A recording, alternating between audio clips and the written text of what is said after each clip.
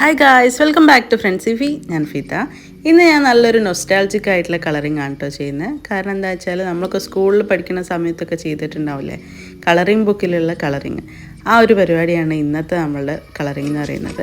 ഞാൻ ഈ അഡൾട്ടിന് പറ്റിയിട്ടുള്ള കളറിങ് ബുക്ക് കുറേ മാർക്കറ്റിലൊക്കെ നോക്കിയിട്ട് കിട്ടാനിട്ട് ഇപ്പോൾ ഓൺലൈനിൽ തപ്പിയിട്ട് കണ്ടുപിടിച്ചൊരു ബുക്കാണ് കേട്ടോ ഇത്. അപ്പോൾ ഈ ഒരു പിക്ചർ എനിക്ക് നല്ല രീതിയിൽ ഇഷ്ടമായി, കാരണം ഇത് ഫാഷൻ റിലേറ്റഡ് കൂടിയാണ്. അപ്പോൾ എന്തായാലും നമുക്ക് ഫുള്ളൊന്ന് കളർ ചെയ്തിട്ട് നോക്കാം. ഞാൻ ഇതിൽ കളർ കോമ്പിനേഷനും കാര്യങ്ങളൊന്നും നോക്കിയിട്ടല്ല കേട്ടോ ചെയ്യുന്നത്. എനിക്കിഷ്ടമുള്ള കളേഴ്സ് എല്ലാം വാരിക്കോരി നല്ലോണം കൊടുത്തിട്ടുണ്ട്. മൊത്തത്തിലൊരു കളർഫുൾ ആയിട്ടുള്ള പിക്ചർ ആയിരിക്കും ഇത്.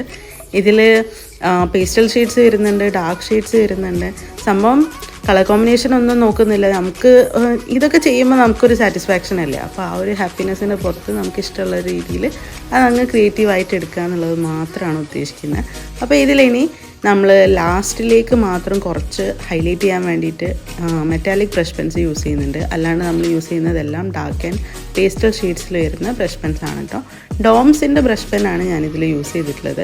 ഞാൻ യൂസ് ചെയ്തതിൽ വെച്ചിട്ട് എനിക്ക് ഏറ്റവും ഇഷ്ടപ്പെട്ടിട്ടുള്ളത് ഡോംസിൻ്റെ ബ്രഷ് പെന്നാണ്.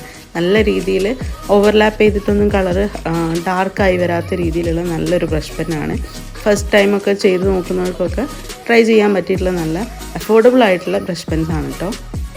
അപ്പോൾ പ്രത്യേകിച്ച് പ്ലാനിങ് ഒന്നും ഇല്ലാണ്ട് ചെയ്യുന്നതുകൊണ്ട് തന്നെ ഈ ഒരു പോർഷൻ എത്തിയ സമയത്ത് എനിക്ക് നല്ലൊരു കൺഫ്യൂഷൻ വന്നിരുന്നു കേട്ടോ. ഞാൻ ആദ്യം അതിൽ ഹൈലൈറ്റ് ചെയ്ത് നിൽക്കുന്ന ചെറിയൊരു പോർഷനിൽ ഓൾറെഡി ലാവൻഡർ കൊടുത്തിട്ടുണ്ട്.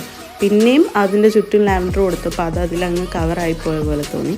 പക്ഷേ സാരില്ല, നമ്മൾ ഇതിൻ്റെ ലാസ്റ്റിലേക്ക് മെറ്റാലിക് ബ്രഷ് പെൻസ് വെച്ചിട്ട് അതിനെ ഒന്ന് ഹൈലൈറ്റ് ചെയ്തെടുക്കുന്നുണ്ട്. പിന്നെ ഞാൻ ഈ ചെയ്തൊരു വർക്കിൽ എനിക്ക് ഏറ്റവും കൂടുതൽ ഇഷ്ടപ്പെട്ട ഒരു കളർ എന്ന് പറയുന്നത് ബ്രൗൺ ഷെയ്ഡ് കൊടുത്തതാണ്. ഈ ഒരു ഡാർക്ക് ബ്രൗൺ ഷെയ്ഡ് കൊടുത്തപ്പോൾ എനിക്ക് എന്തോ ഒരു നല്ലൊരു അട്രാക്ഷൻ, ലൈക്ക് ഇതുവരെ ചെയ്ത കളേഴ്സിനെക്കാട്ടിലും ഇതിലേക്കൊരു നല്ലൊരു ഹൈലൈറ്റ് ആയിട്ട് നിൽക്കുന്ന രീതിയിൽ ഫീൽ ചെയ്തിട്ടുണ്ട്. അപ്പോൾ അതാണ് എനിക്കിതിൽ ഏറ്റവും ബെസ്റ്റ് പാർട്ടായിട്ട് തോന്നിയിട്ടുള്ളത്. അപ്പോൾ നമ്മൾ ബ്രൗൺ കളർ വെച്ചിട്ട് ഇങ്ങനെ ഓൾട്ടർനേറ്റ് ആയിട്ടൊക്കെ ഫില്ല് ചെയ്ത് കൊടുക്കുന്നുണ്ട്.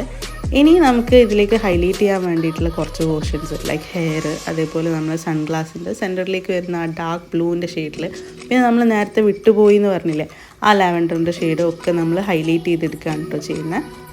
പിന്നെ നമ്മൾ ലിപ്പിൻ്റെ പോർഷനിലും ഒക്കെ ഹൈലൈറ്റ് ചെയ്തെടുക്കാൻ വേണ്ടിയിട്ട് യൂസ് ചെയ്യുന്നത് മെറ്റാലിക് ബ്രഷ് പെൻസ് ആണ്.